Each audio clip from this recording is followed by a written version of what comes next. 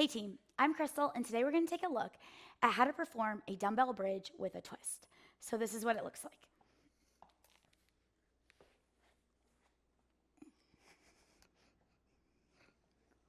One, two, and so on. So when we break this down, benefits of the exercise, building strength through the posterior chain or the backside of your body. We're going to start in what we call the supine position with bent knees and feet flat to the earth, chest to the ceiling, elbows tight to the ribs, dumbbell in each hand with your wrists stacked directly over your elbow.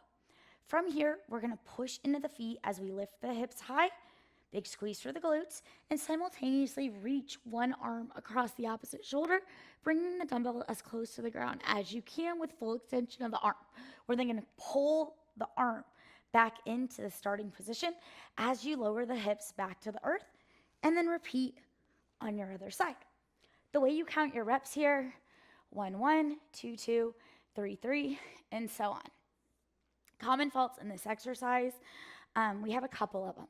The first big one is going to be as we start to move side to side and we gain momentum in the bridge with a twist, what tends to start to happen is we lift the toes and we're just using the momentum to get in and out of the rep rather than the strength and stability of the target muscle groups.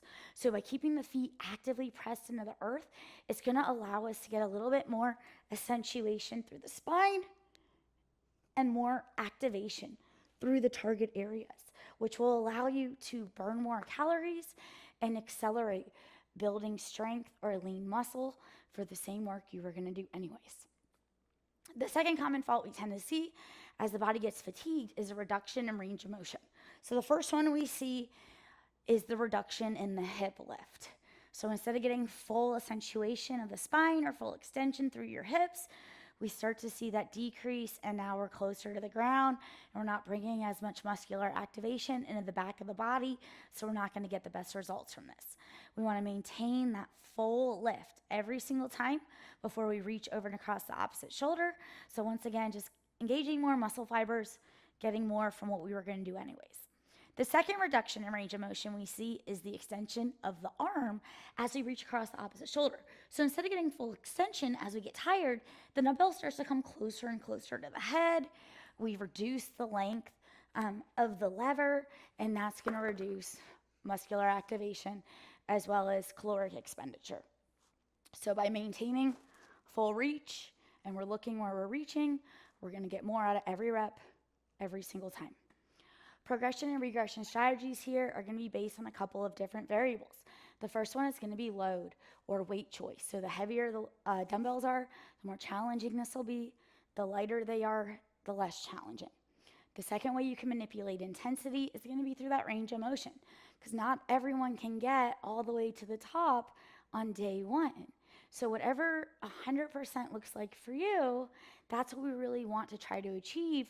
But if you find that lifting your hips really high is becoming too intense, well then lift them a little bit lower to reduce that intensity or reduce that range of motion. And then as you start to get stronger and you build up your conditioning, we continue to increase that range of motion to increase muscular activation and results. The third way we can manipulate intensity here, once you have really good form and technique, you have great range of motion, and you have a good load choice, is we can then add the element of speed. So just moving in and out of each rep a little bit faster, but still maintaining that strong quality of movement, and that'll give you the benefit of improving cardiorespiratory health. And that is how to perform a dumbbell bridge with a twist.